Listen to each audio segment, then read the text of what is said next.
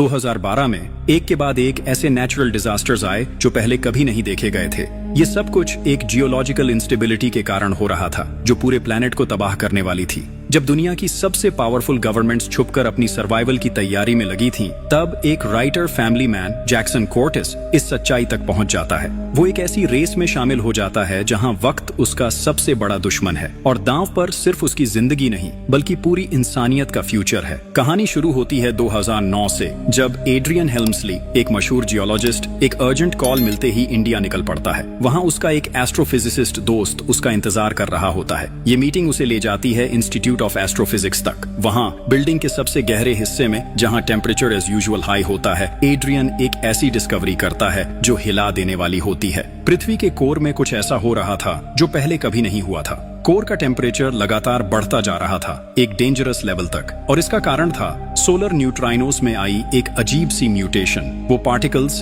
जो normally harmless होते हैं अब माइक्रोवेव जैसे फिजिकल इफेक्ट्स क्रिएट कर रहे थे, सीधा कोर को हीट कर रहे थे। इस थ्योरी को टेस्ट करने के लिए एड्रियन उसे ले जाता है एक स्पेशल रूम में, एक ऐसे वाटर टैंक के पास जो 1800 मीटर से भी ज्यादा गहरा जमीन के नीचे है। वहाँ टैंक का पानी कोर की हीट से उबलने लगता है। ये साइट कंफर्म कर देता है कि प्लैनेटरी कोलैप्स सिर्फ पॉसिबल नहीं, बहुत करीब है। एड्रियन तुरंत वॉशिंगटन के लिए निकल पड़ता है, एक ही मिशन के साथ कि ये इन्फॉर्मेशन सबसे हाईएस्ट अथॉरिटीज तक पर्सनली पहुंचानी है। वहां पहुंचते ही वो सीधा व्हाइट हाउस में हो रहे एक चैरिटी गाला तक जाता है, लेकिन एंट्री पर गार्ड्स उसे रोक लेते हैं, सिर्फ इसलिए क्योंकि उसने सूट नहीं पहना हुआ था। भीड़ के बीच भागते हुए एड्रियन एक पुराने जान पहचान वाले को देख लेता है, स्कॉटी, जो उस इवेंट में मौजूद था। एड्रियन उससे अपनी जैकेट उधार मांगता है ताकि वो अंदर जा सके। स्कॉटी मान जाता है और भीड़ में अपना सूटकेस लेकर निकल जाता है। एड्रियन जैसे तैसे अंदर पहुंचता है और लोकेट करता है कार्ल अनहाउजर को, एक पावरफुल गवर्नमेंट ऑफिसर जो उस गाला का हिस्सा होता है। कार्ल पहले उसे नहीं पहचानता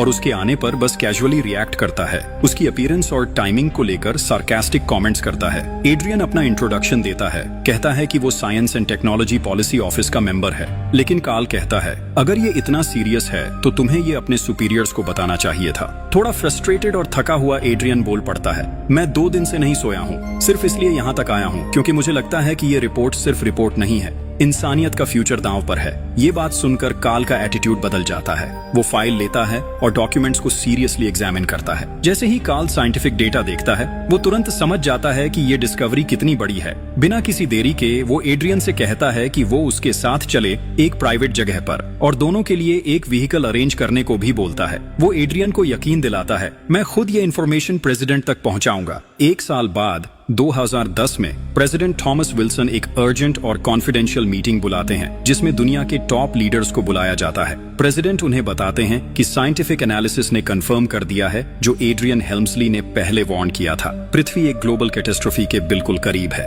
एक ऐसा पॉइंट आ चुका है जहां से लौटना मुमकिन नहीं और अब तुरंत एक्शन लेना जरूरी है। 2011 तक इस आने वाली तबाही से निपटने के लिए कुछ मेजर्स प्लान होने लगते हैं। एक छोटा सा ग्रुप जिसमें दुनिया के कुछ सबसे इन्फ्लुएंशियल लोग होते हैं एक साथ बैठते हैं ताकि ये डिसाइड किया जा सके कि इंसानियत के बचने का रास्ता क्या हो सकता है। इसी के पैरेलल एक और सीक्रेट प्लान एक्टिवेट होता है, इंसानियत की कल्चरल और हिस्टोरिकल लेगेसी को प्रिजर्व करने का। आर्ट के मास्टरपीसेस, एंशिएंट मॉन्यूमेंट्स और हेरिटेज ऑब्जेक्ट्स म्यूजियम से साइलेंटली हटाए जा रहे हैं और उनकी जगह डुप्लीकेट्स लगाए जा रहे हैं। ओरिजिनल आर्टिफैक्ट्स को हाई सिक्योरिटी फैसिलिटीज में स्टोर किया जा रहा है ताकि अगर कुछ बचा तो ये चीजें एक नए युग का हिस्सा बन सकें। इस दौरान दुनिया की आम जनता को सच का बिल्कुल पता नहीं है। मीडिया उन्हें एक अलग डायरेक्शन में ले जा रहा है, एक पुरानी प्रोफेसी के चक्कर में, Mayan prediction of the end of the world. इस एंशिएंट सिविलाइजेशन के मुताबिक 21 दिसंबर 2012 को एक कॉस्मिक साइकिल का एंड होगा और उसके साथ शुरू होगा एक ग्लोबल कैटास्ट्रोफी। हालांकि कई लोग इसे सिर्फ एक मिथ ही मानते हैं। स्टोरी शिफ्ट होती है कैलिफोर्निया में,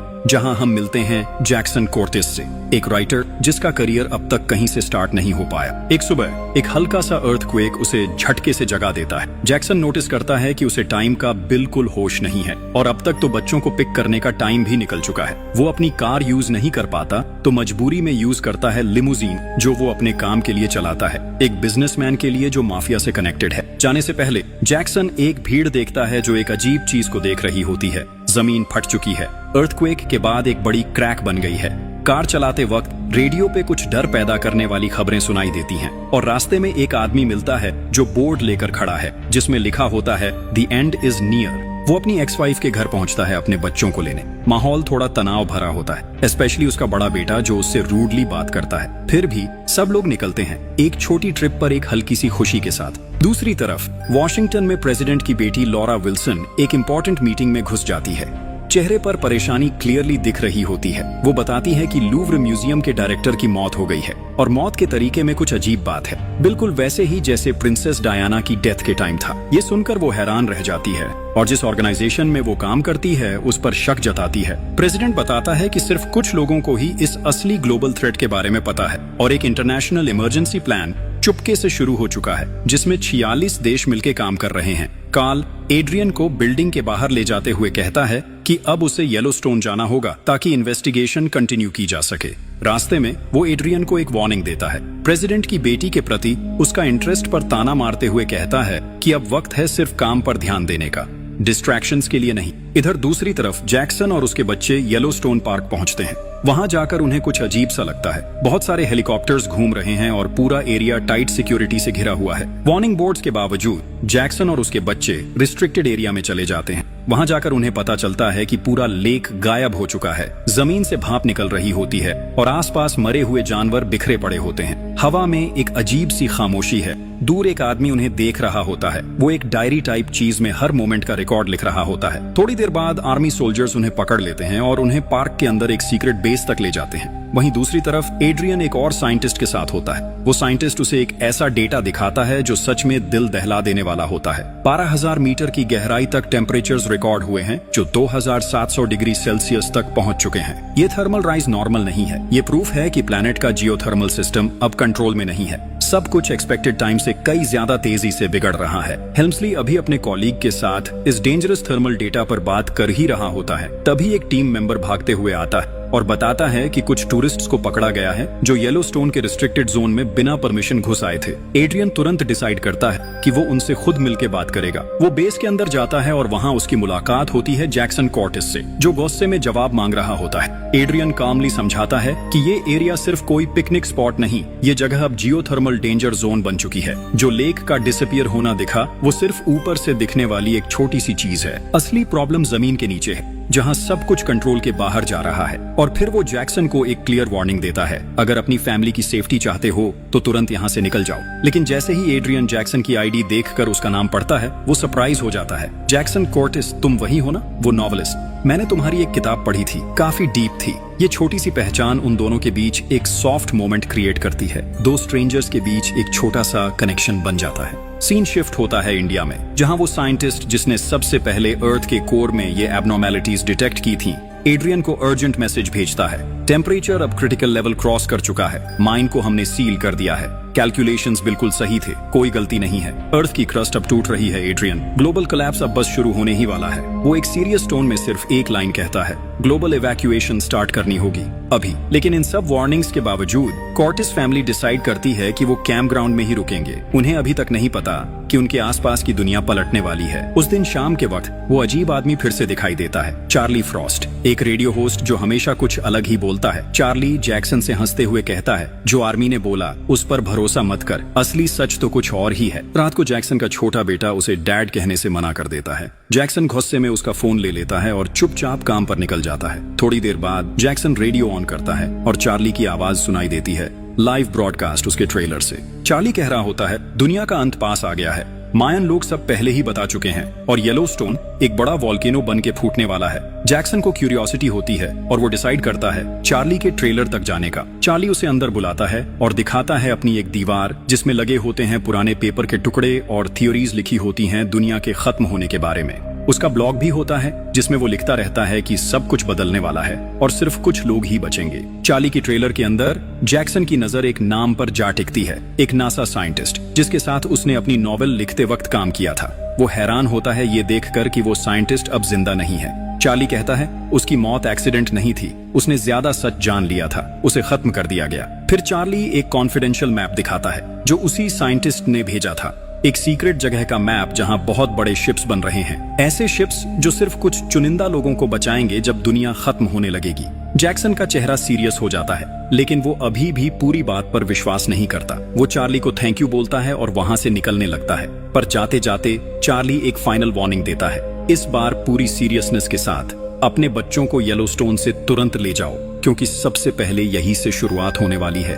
अगली सुबह जैक्सन अपने बच्चों के साथ एक लोकल स्टोर जाता है ताकि लिली के इंसेक्ट बाइट्स का कुछ इलाज करवा सके। दूसरी तरफ उसकी एक्स वाइफ केट अपने नए पार्टनर गॉर्डन के साथ शॉपिंग पर गई होती है। वहां टहलते वक्त गॉर्डन कैजुअली कहता है लेट्स हैव अ बेबी, लेकिन केट तुरंत मना कर देती है। इस बात से दोनों के बीच टेंशन बढ़ जाता है और बात घूमकर जैक्सन तक पहुंच जाती है, उस पास तक जिसे केट छोड़ चुकी थी या शायद कभी छोड़ ही नहीं पाई। लेकिन तभी अचानक जमीन तेजी से हिलने लगती है। एक भयानक अर्थक्वेक आता है। एक बड़ी सी दरार जमीन को बीच से फाड़ देती है और पूरे शहर में अफरा तफरी मच जाती है। जैक्सन और उसके बच्चे स्टोर के टीवी स्क्रीन्स पर इमरजेंसी न्यूज रिपोर्ट्स देख रहे होते हैं। सिर्फ डर और कंफ्यूजन दिख रहा होता है हर जगह। इसी बीच लिली की स्कूल टीचर भी ये सब देखकर कुछ कमेंट करती है। तभी नोआ का फोन बजता है। उसकी मॉम केट की कॉल होती है। वो घबराहट में कहती है वापस घर आओ, अभी के अभी। प्रेसिडेंट विल्सन अब अपसेट है। कार्ल एनहूजर आके बताता है आर्क्स रेडी हैं, इवैक्यूएशन अब शुरू करना होगा। ये आर्क्स कोई आम शिप्स नहीं बल्कि फ्यूचरिस्टिक अल्ट्रा सिक्योर वेसल्स हैं जो सिर्फ 4 लाख लोगों को बचा सकती हैं। पूरे ग्लोब की पॉपुलेशन के सामने ये सिर्फ एक बहुत छोटा हिस्सा है, लेकिन वही लोग जिनके जिंदा रहने से इंसानी स्पीसीज का फ्यूचर कंटिन्यू रह सकता है। प्रेसिडेंट थॉमस विल्सन को प्लान पर शक होता है, लेकिन वो जानता है अब कोई और ऑप्शन बचा ही नहीं। कार्ल इंसिस्ट करता है बोर्डिंग अभी स्टार्ट करनी होगी। उसके बाद एक इमरजेंसी मीटिंग बुलाई जाती है वर्ल्ड के टॉप लीडर्स के साथ। एड्रियन हेल्म्सली डेटा प्रेजेंट करता है और सबके चेहरे से रंग उड़ जाते हैं। वो कहता है बस 3 दिन बचे हैं, उसके बाद सब कुछ खत्म हो जाएगा।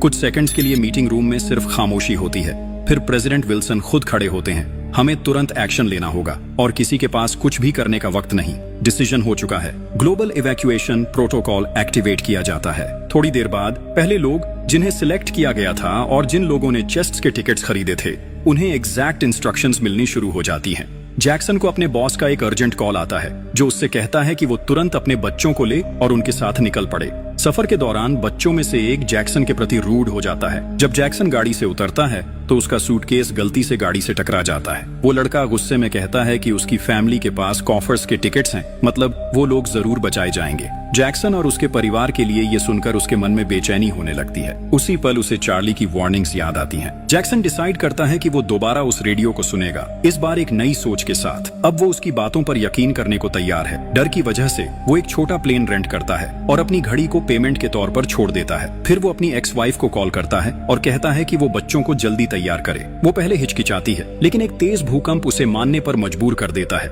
एक बार फिर से सब मिलकर लिमुजीन में निकल जाते हैं। जब उनका पूरा नेबरहुड टूटकर गिरने लगता है, सड़क फटने लगती है, बड़े क्रैक्स जमीन में खुल जाते हैं और इमारतें आसपास गिरने लगती हैं। काफी तेजी से भागने के बाद वो लोग एयरपोर्ट पहुंचते हैं। वहां गॉर्डन होता है जिसे प्लेन उड़ाने का कोई एक्सपीरियंस नहीं होता, लेकिन फिर भी वही प्लेन के कंट्रोल संभालता है। वो लोग टेक ऑफ करने में कामयाब हो जाते हैं। बिल्कुल उसी वक्त जब रनवे उनके पीछे से टूटने लगता है, वो मलबे, गाड़ियों और एक ट्रेन से बचते हुए निकल जाते हैं जो शहर के बिगड़ते सिस्टम की वजह से फिसल रही होती है। इन सब के बावजूद वो लोग बच जाते हैं। दूसरी तरफ एक लग्जरी क्रूज शिप पर एड्रियन के पिता एक शाम एंजॉय कर रहे होते हैं। उन्हें बिल्कुल नहीं पता कि दुनिया में क्या हो रहा है। तभी उनका बेटा उन्हें कॉल करता है और बताता है कि दुनिया सच में खत्म हो रही है। वो आदमी पहले से कुछ अंदाजा लगा चुका था, लेकिन फिर भी शांति से रहकर प्यार से गुड बाय कहता है। वो अपनी किस्मत को एक्सेप्ट कर लेता है। जैक्सन की तरफ वापस आते हैं। वो एक रनवे पर लैंड करते हैं जो अभी भी काम कर रहा होता है। जैक्सन तुरंत चार्ली को ढूंढने के लिए भागता है।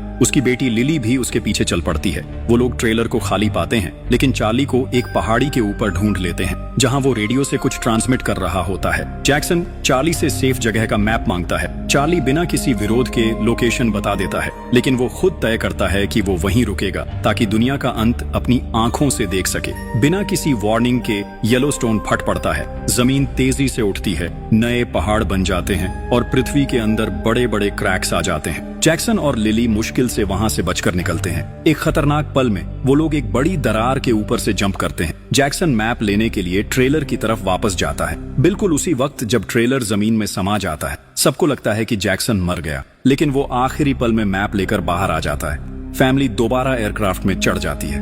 एड्रियन और कार्ल टीवी पर देख रहे होते हैं कि अर्थक्वेक्स अब तक 2 मिलियन से ज्यादा लोगों की जान ले चुके हैं। केओस पूरी दुनिया में फैल चुका है, लूटपाट हो रही है, लोग पागल हो रहे हैं और इंसानियत पर डर का कब्जा बढ़ता जा रहा है। तभी एक कॉलीग तेजी से रूम में आता है और एक जरूरी खबर देता है, येलोस्टोन तबाह हो चुका है और अब उसकी जहरीली राख वॉशिंगटन पहुंचने में 7 घंटे से भी कम का समय लेगी, इसलिए तुम्हें वहां से जितनी जल्दी हो सके निकलना होगा। दोनों एड्रियन और कार्ल प्रेसिडेंट को ढूंढने निकलते हैं। वो उन्हें एक चर्च में मिलते हैं जहां वो चुपचाप प्रार्थना कर रहे होते हैं। प्रेसिडेंट एड्रियन से अकेले में बात करना चाहते हैं। उस शांत बातचीत में विल्सन अपना फैसला बताते हैं कि वो यहीं रुकेंगे। वो कहते हैं कि फ्यूचर उनका है जिनके पास जरूरी नॉलेज है, न कि बूढ़े पॉलिटिशियंस का। वो अपने अंदर के डर को मानते हैं, उस जिम्मेदारी को महसूस करते हैं जो उन पर है, क्योंकि वो दुनिया के आखिरी प्रेसिडेंट हैं और वो चाहते हैं कि अंत तक सब कुछ सही तरीके से हो, चाहे इसका मतलब हो कि वो अपनी जान ना बचा पाएं। इस बीच व्हाइट हाउस का स्टाफ इमरजेंसी प्रोटोकॉल के तहत एयरफोर्स 1 में बोर्ड कर रहा होता है, लेकिन जब प्रेसिडेंट के न होने का सवाल उठता है, एड्रियन सबको बता देता है कि प्रेसिडेंट प्लेन में नहीं आएंगे। ये सुनकर कार्ल के साथ उसकी आर्ग्यूमेंट हो जाती है। कार्ल आखिर में बताता है कि गवर्नमेंट उन सभी लोगों को हटा रही थी जो इस आने वाली तबाही के बारे में जानते थे, और एड्रियन को ये रियलाइजेशन होता है कि अगर उसने पहले कुछ कहा होता तो उसके फादर के साथ भी वही होता। कुछ देर बाद प्रेसिडेंट की बेटी उसे फोन करती है। विल्सन अपने फैसले के लिए उसे समझाने की कोशिश करता है। वो कहता है कि उसका मकसद है दुनिया को सच बताना, ताकि हर परिवार अपने अपनों से आखिरी बार मिल सके और अलविदा कह सके। एयरबेस पर सबकी मुलाकात होती है यूरी से, जो जैक्सन का बॉस होता है। उसका एक आदमी एक प्लेन ले आता है, लेकिन अब उन्हें तुरंत एक दूसरे पायलट की जरूरत होती है। जैक्सन कहता है कि गॉर्डन प्लेन उड़ा सकता है। गॉर्डन थोड़ा हिचकिचाता है, पर और कोई रास्ता न होने की वजह से सब तय करते हैं कि अब निकलना ही होगा। वो एक बड़े कार्गो प्लेन में चढ़ जाते हैं जो लास वेगस से लाए गए महंगी गाड़ियों से भरा होता है। इसी बीच एक तेज गर्म धुआं उनकी तरफ बढ़ने लगता है, जो उन्हें तुरंत उड़ने पर मजबूर करता है। कंट्रोल टावर उन्हें उड़ने की इजाजत नहीं देता, पर धुआं इतना पास आ चुका होता है कि रुकना मुश्किल होता है। वो प्लेन उड़ा देते हैं। शुरू में प्लेन हिलने लगता है और नीचे गिरता दिखता है, लेकिन फिर वो उसे संभाल लेते हैं। प्लेन एक बिल्डिंग से टकराने ही वाला होता है, लेकिन उससे पहले टेक ऑफ कर लेता है। अब जब सब हवा में हैं, ये अपडेट मिलता है कि उनका अगला स्टॉप चाइना होगा। ये सुनकर प्लेन में बैठे फैमिलीज को थोड़ा सुकून मिलता है, लेकिन पायलट्स एक और प्रॉब्लम से जूझ रहे हैं। फ्यूल बहुत कम बचा है। वो डिसाइड करते हैं कि हवाई में एक स्टॉप लेंगे ताकि प्लेन को दोबारा भरवाया जा सके। लेकिन जब वो हवाई पहुंचते हैं तो वहां का हाल देखकर सबके होश उड़ जाते हैं। पूरा आइलैंड जल चुका होता है, वॉल्केनो ब्लास्ट सब कुछ खत्म कर चुका होता है। वहां से फ्यूल मिलना इम्पॉसिबल हो जाता है। अब उनके पास एक ही ऑप्शन बचा है, चाइना के कोस्ट के पास इमरजेंसी लैंडिंग करना, लेकिन डिस्टेंस इतना ज्यादा है कि हो सकता है उन्हें समंदर में उतरना पड़े। इस टेंशन के बीच एड्रियन प्रेसिडेंट की बेटी को तसल्ली देता है। वो उसे याद दिलाता है कि उसने आर्ट और कल्चर को बचाने का अच्छा काम किया है। वो एक राइटर का भी जिक्र करता है जो ज्यादा पॉपुलर नहीं हुआ, लेकिन उसकी कहानियां जिंदा रहीं। उधर व्हाइट हाउस में प्रेसिडेंट कुछ बचे लोगों का ख्याल रख रहा होता है। तभी एक भयानक भूकंप आता है। एक बड़ा स्ट्रक्चर उनके ऊपर गिर जाता है और तभी से एयरफोर्स 1 का कॉन्टैक्ट टूट जाता है। अब कार्ल कमांड संभाल चुका है और अब उसे ही हर डिसीजन और हर ऑर्डर का जिम्मेदार माना जा रहा है। वेटिकन में हजारों लोग प्रार्थना कर रहे होते हैं, दुआ मांग रहे होते हैं कि उनकी जिंदगी बच जाए। तभी एक जबरदस्त भूकंप आता है और उनके ऊपर बनी सबसे बड़ी बिल्डिंग पूरी तरह गिर जाती है। सब कुछ तबाह हो जाता है, सिर्फ खौफ और खामोशी रह जाती है। प्रेसिडेंशियल प्लेन में एक अलार्म बजता है। सिग्नल मिलता है कि अर्थ की क्रस्ट एक बार फिर शिफ्ट कर रही है। एक साइंटिस्ट वार्न करता है, अगर ये मूवमेंट रुक गई तो इतने बड़े सुनामी आएंगे जो सब कुछ अपने साथ बहा ले जाएंगे। जैक्सन इस बीच रेडियो सिग्नल्स ढूंढने की कोशिश कर रहा होता है, शायद किसी गाड़ी से कुछ मिले। उसकी एक्स वाइफ उससे पूछती है, क्या तुम्हें लगता है लोग बदल सकते हैं? जैक्सन थोड़ा चौंकता है। उसे लगता है ये बात उसके लिए कही गई है, और फिर वो उस पर यह कहकर गुस्सा निकालती है कि उसने अपने फैमिली से ज्यादा अपनी राइटर वाली करियर को इम्पोर्टेंस दी। जैक्सन ने उससे पूछा, क्या तुम गॉर्डन से प्यार करती हो? उसने सीधा जवाब दिया, उतना करती हूँ जितना जरूरी है। दूसरी तरफ प्रेसिडेंशियल प्लेन में साइंटिस्ट्स की एक और खौफनाक डिस्कवरी होती है। अर्थ की क्रस्ट अभी भी मूव कर रही थी, जिसका मतलब है दुनिया भर में सुनामी का खतरा। साथ ही एक शॉकिंग अपडेट मिलता है, नॉर्थ पोल अब शिफ्ट होकर विस्कॉन्सिन के जगह पर आ गया है। तभी जैक्सन और उसका ग्रुप जिस एयरक्राफ्ट में ट्रैवल कर रहा था, उसे एक इमरजेंसी लैंडिंग करनी पड़ती है। सबको लगता है वो समुद्र में गिरने वाले हैं, लेकिन नीचे नई जमीन दिखाई देती है जो अभी हाल ही में ऊपरी सरफेस पर आई होती है। ह्यूरी का बॉडीगार्ड गॉर्डन से कहता है, तुम लोग निकलो, मैं हैंडल करता हूँ। वो क्रैश का इम्पैक्ट कम कर देता है और प्लेन किसी तरह से सेफली लैंड कर जाता है। सब पैसेंजर्स नीचे उतरते हैं और प्लेन के अंदर की लग्जरी कार्स का यूज करते हैं प्रोटेक्शन के लिए। लेकिन लैंड करने के बाद वो एयरक्राफ्ट एक क्लिफ के बिल्कुल एज पर पहुंच जाता है और आखिरकार नीचे गिर जाता है। बॉडीगार्ड भी उसके साथ चला जाता है। यूरी की गर्लफ्रेंड तमारा उसके जाने से टूट जाती है। वो आंखों के सामने सब कुछ खत्म होता देखकर रो पड़ती है। थोड़ी देर बाद चाइनीज एयरक्राफ्ट ऊपर से जा रही होती है। वो एनिमल्स को आर्क्स तक ले जा रहे होते हैं ताकि उन्हें बचाया जा सके।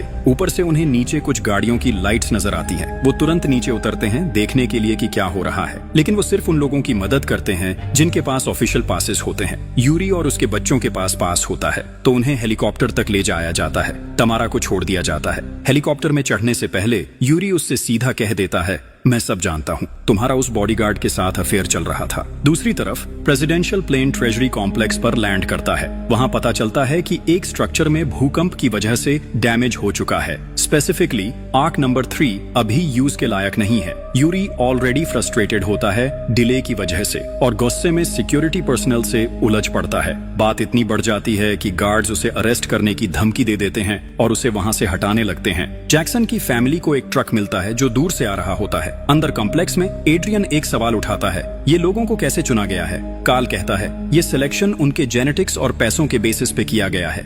ये पूरा सिस्टम पैसा देकर बनवाया गया है। एड्रियन आर्क के रूम्स देखता है और गुस्से में आके कहता है, यहाँ इतनी बड़ी जगह खाली है, हर रूम में 10 लोग आ सकते थे, कितने लोगों की जिंदगी बचाई जा सकती थी। थोड़ी देर बाद उसे इंडिया से अपने साइंटिस्ट दोस्त का आखिरी कॉल आता है। उसने बताया कि उसका हेलीकॉप्टर कभी वहां पहुंच ही नहीं पाया और अब वो सुनामी से टकराने वाला है।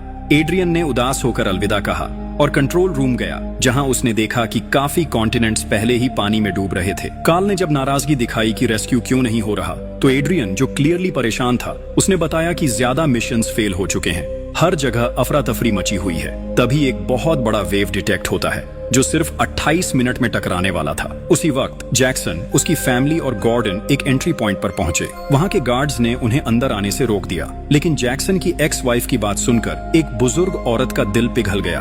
उसने गार्ड्स को मना लिया। जब उन्होंने आर्क्स देखे तब उन्हें समझ आया कि ये स्पेसशिप्स नहीं है जैसे लोगों को बताया गया था, बल्कि ये बड़े बड़े शिप्स हैं। वो सब टनल्स के थ्रू गुजरते गए जब तक वो एक वॉल्ट तक नहीं पहुंचे, बिल्कुल उसके बंद होने से थोड़ी देर पहले। बाहर का सीन पूरी तरह से आउट ऑफ कंट्रोल था। हर जगह केओस था। बहुत लोग अंदर नहीं जा पाए। तमारा आखिरी पल में अपने डॉग के साथ अंदर चली जाती है। जाते वक्त वो यूरी की तरफ देखती है। उनकी आंखों का कांटेक्ट होता है। तमारा एक ऐसा इशारा करती है जिसमें बदले का एहसास होता है। एड्रियन ने जब इतनी भीड़ की डेस्परेशन देखी तो उसने रिक्वेस्ट किया कि सब नेशंस के रिप्रेजेंटेटिव से बात करने के लिए कम्युनिकेशन चैनल खोला जाए। उसने उन्हें समझाया कि ज्यादा लोगों को बचाने के लिए फ्लड गेट्स खोलने चाहिए। इम्पैक्ट के 15 मिनट बाद फाइनली परमिशन मिल गई और जैसे ही ये हुआ, भीड़ के बीच एक छोटी सी सेलिब्रेशन शुरू हो गई। कर्टिस और उसका ग्रुप गियर एरिया में पहुंचा, जो जानवरों के पिंजरों के नीचे था। जैसे ही फ्लड गेट्स खुलने लगे, उन बड़ी मशीन्स के हिलने से गॉर्डन और उनके साथ एक आदमी गिर गए। जैक्सन ने चोटिल गार्ड को बचा लिया, लेकिन अफसोस वो गॉर्डन को नहीं बचा पाया। एक पाइप उलझ गया था, जिसकी वजह से फ्लड गेट्स पूरे नहीं खुल पाए। फिर भी लोग अंदर जाने लगे। यूरी ने अपने दोनों बच्चों को सेफली अंदर भेज दिया, लेकिन खुद फिसल गया और पानी में गिर गया। जॉन ने देखा कि जैक्सन और उसकी फैमिली अभी भी नीचे वाले एरिया में फंसे हुए हैं। इम्पैक्ट होने में सिर्फ 1 मिनट बाकी था, इसलिए इंजीनियर्स को तुरंत उनकी मदद के लिए भेजा गया। जैसे ही वेव स्ट्रक्चर से टकराई, आर्क का एक हिस्सा पानी से भर गया। टाइम खत्म हो चुका था, इसलिए कर्टिस को जल्दी से बुलाया गया ताकि मैकेनिकल प्रॉब्लम ठीक की जा सके। अपने बेटे नोआ की मदद से उसने उलझा हुआ पाइप ढूंढा और उसे हटा दिया। फिर उसने एक दरवाजा बंद करके पानी को रोक दिया, बिल्कुल वक्त पे। इससे आर्क में मौजूद सभी लोग बच गए, लेकिन आर्क एक पहाड़ी से टकरा गया जो पानी के नीचे होने के बाद भी दिख रही थी। जोर का झटका लगा, जैक्सन टकरा कर बेहोश हो गया। उसका बेटा भी चोट से नहीं बच पाया और सबको लगा कि कुछ बुरा होने वाला है। थोड़ी देर बाद जब वो जिंदा बाहर आया तो सब लोगों की आंखों में आंसुओं के साथ मुस्कान थी। हर तरफ खुशी छा गई। नए साल की शुरुआत को 27 डेज हो चुके थे। तब तक सब लोग आर्क के अंदर अपनी जिंदगी दोबारा बसाने लगे थे। एड्रियन अब प्रेसिडेंट की बेटी के और करीब आ चुका था। उसने अपने दिल की बात एड्रियन से कह दी। एक नए सफर की शुरुआत थी। कैप्टन ने अनाउंस किया कि अब मौसम ठीक है और सब लोग प्लेटफॉर्म्स पर जा सकते हैं, पहली बार धूप महसूस करने के लिए। जैक्सन अब फाइनली अपनी फैमिली के साथ वक्त बिता रहा था। दिल से शुक्रगुजार था कि सब एक साथ हैं, जिंदा हैं और सेफ हैं। हेल्मस्ली को बताया गया कि पानी का लेवल अब नीचे जा रहा है और सबसे बड़ा सरप्राइज ये था कि अब दुनिया का सबसे ऊंचा पॉइंट अफ्रीका है। इसलिए अब आर्क्स वहीं जाने वाले थे और वहीं से इंसानियत के नए दौर की शुरुआत होने वाली थी।